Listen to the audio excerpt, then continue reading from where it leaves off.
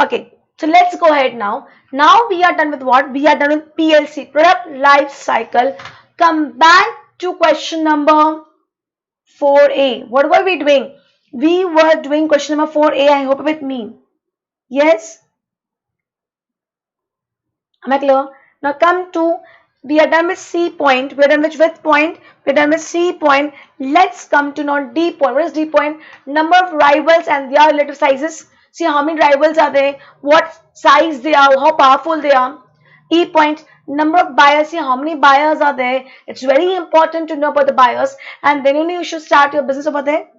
Then type of distribution channel used to access consumers. I've told you yesterday only, you may have a very good product, but it does not reach in the hands of customers if you don't have proper distribution channels. Distribution channel plays a very significant role in a business. Boss simple if I से हिंदी में जो दिखता है वो बिकता है. Whatever you see, advertisement plays a very important role. Distribution channels plays a very important role. Am I very clear? Then G point, whether the products and services of rival firms are highly or essentially different or weakly differentiated. Understand? See, when I say rivals, that means we are in the same line of business. Same line of business, right? Normally we rivals this only. We'll study something else also. But yeah, normally rivals means one same line of business. Now it can happen that even after being rivals, your product and your rival product is completely different, or it can be exactly same. It can be exactly same. Let's say example, assume soaps. Soap. I and my competitor, because we are a competitor, we are in same line of business, but I am in Lux.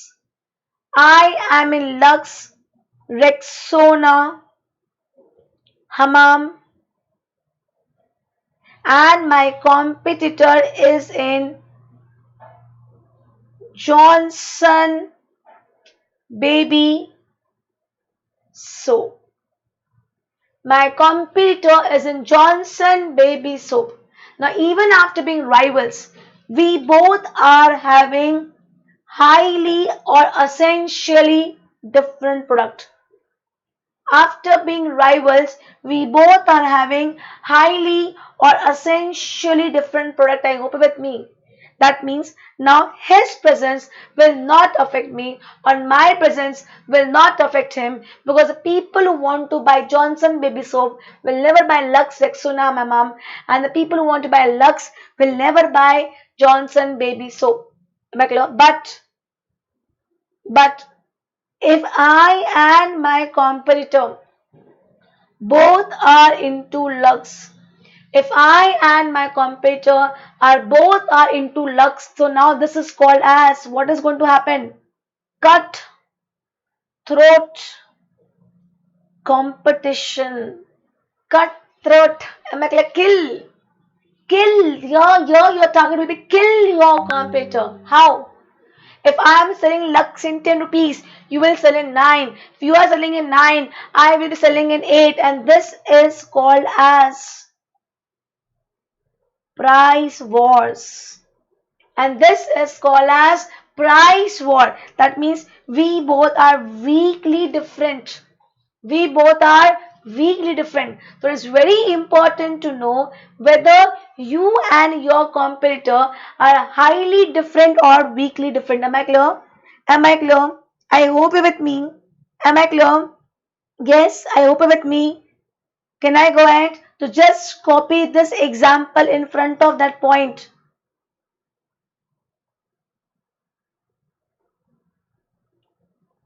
Just copy this example in front of that point. Fast.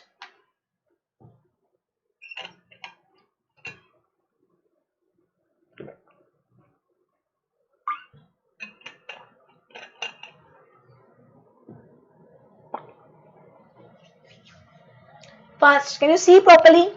Little light, I think. Can you see properly?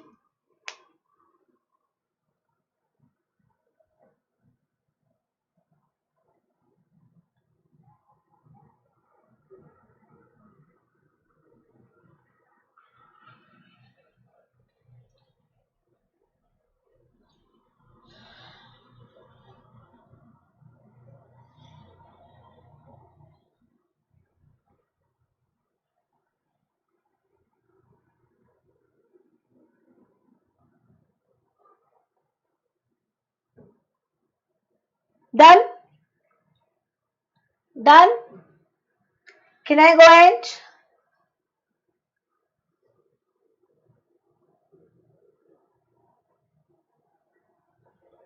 Is this clear? Reply, Baba. Waiting.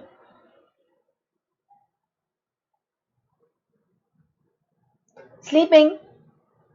No reply. Don't want to reply. How much you're copying? Okay. Let's go ahead. Now, is G point clear? Now, H point. Whether key industry participants are clustered in a particular location. Key participants, I'll tell you my own experience. I remember when I was small, and my dad was planning to open a showroom, garments showroom at one location, and before finalizing that location, he took me, my bro, my mom to see that place, and just to give our piece of advice. So I remember there were already 20 shops, already 20 garments shop, and my dad's shop will be 21 shop, right? So I asked my dad, why are you opening a shop here? There are already 20 competitors. You will be 21. Rather than do one thing, you open your showroom at the other part of the city where there is no showroom and you will enjoy monopoly. This came to my mind. See, this was a normal question to my mind. Vegetable market, fruit market, flower market. Why all vegetable market, vegetable people sitting together? Why are flower people sitting together and giving competition to each other? This was always there in my mind. Then my dad asked me a question. Okay, tell me, suppose there's a marriage in your family and you want to buy dress. Where will you go? Whether there's only one shop or whether many shops? I said, I'll go where there are many shops. Why? I'll get variety, I'll get choice, and most important, I will get bargaining power. So my dad said, boss, when my customer is going where there are 20 shops, what am I doing over here alone? This was always in my mind. Always, I'll tell you, I am in Pune. In Pune, there is only one building, Prestige Point. All CA classes in that only one building. So if I want to teach in Pune, I have to go there only because all customers are coming there. Am I clear? So you have to see where are the key industry participants are clustered. Are they clustered in a particular location? See, you must have heard like this electronic market, then medical market, Dawa Bazaar. I don't know what you speak in Hindi, English, but normally in Hindi we call it Dawa Bazaar. Jewelry market. So this was always in my mind. The why are all sitting in one line and giving competition to each other? Better scatter yourself and enjoy monopoly. But no, the reason behind that is customers go where there are or where they get options, where they get variety, and where they get bargaining power. Am I clear? Am I clear? I point afterwards. I point afterwards. With J point? Capital requirement and the ease of entry and exit. See, before entering into any industry, how much capital is required? Because if too much money is required, entry becomes difficult. If too much money is required, entry becomes difficult. And if you've already invested too much money, exit also becomes difficult. Am I clear? If too much money is invested, exit also becomes difficult. Am I clear? Am I clear? And last over here is whether industry profitability is above par or below par. If industry profitability is above par, enter. If profitability is below par, don't enter. Am I clear? Am I clear? To come to point number I, last question for the day. Refer question number 13. Refer question number 13. What is it over there? Whether certain industries are characterized by learning by doing such that unit cost declines as cumulative output grows. Understand? Understand? Let's come to question number 13 first. Let's come to question number 13 first. There is a concept called as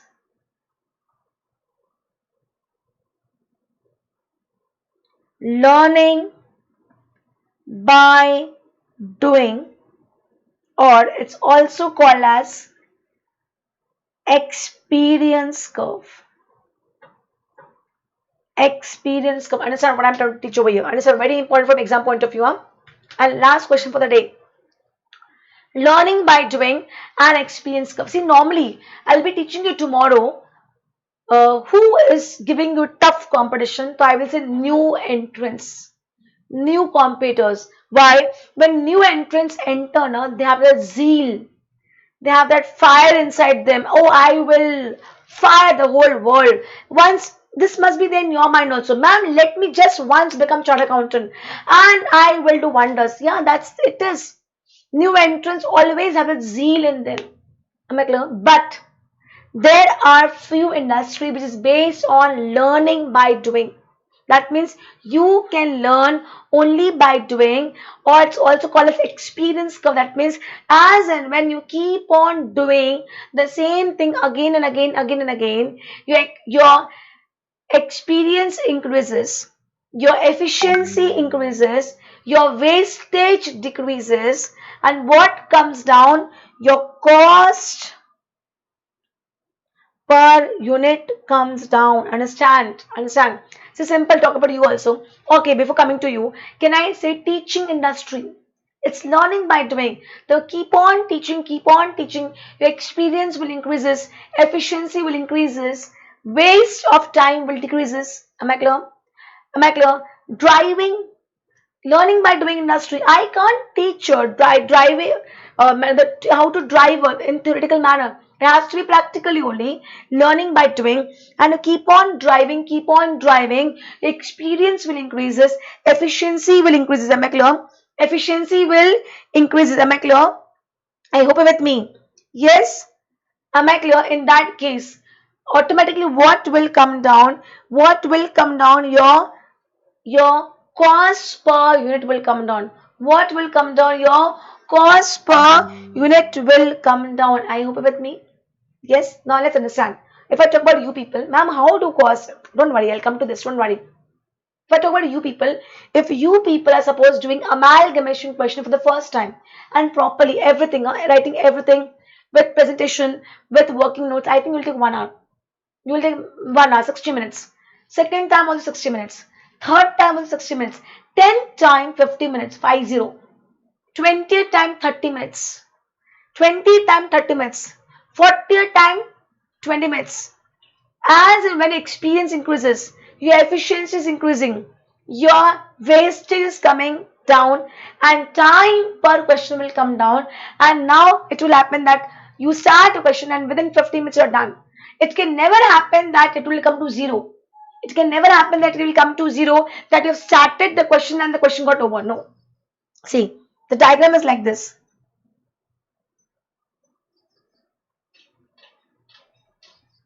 The diagram is like this. Experience curve. It's a curve. X-axis and y-axis. What is there on x-axis? Total units. What is there on x-axis? Total units. And what is there on y?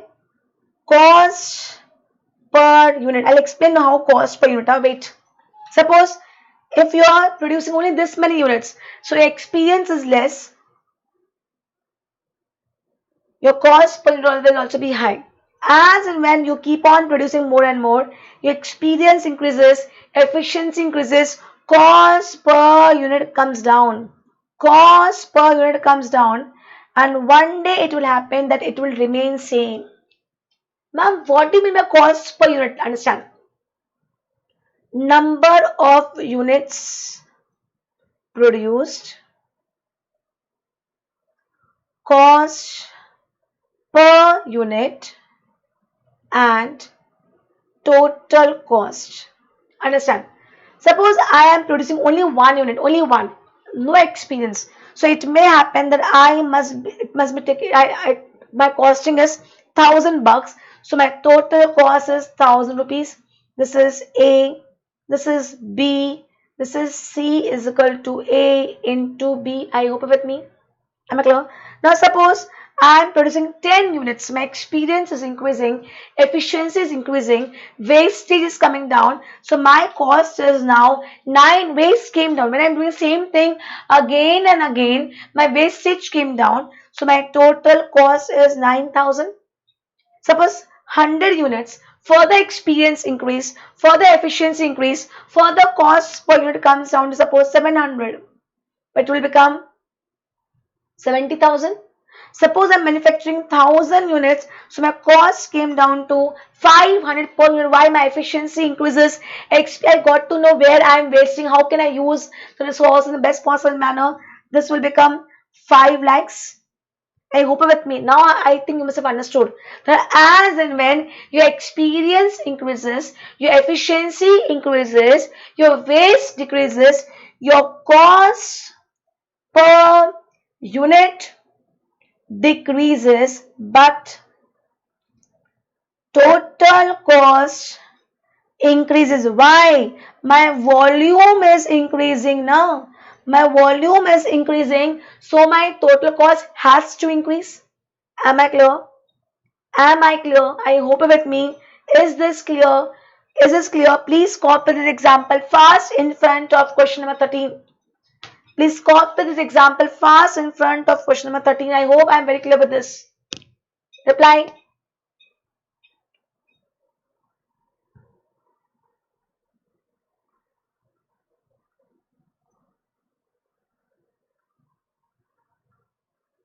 Am I clear?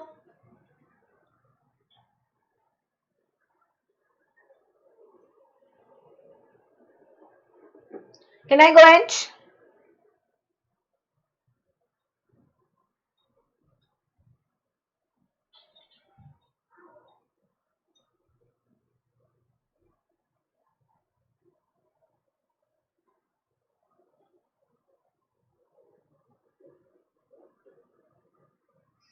Okay.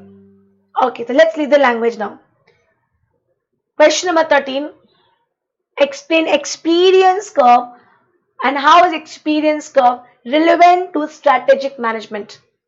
The concept is akin. Akin means similar to learning curve, which explains the efficiency increase gained by workers to repetitive productive work.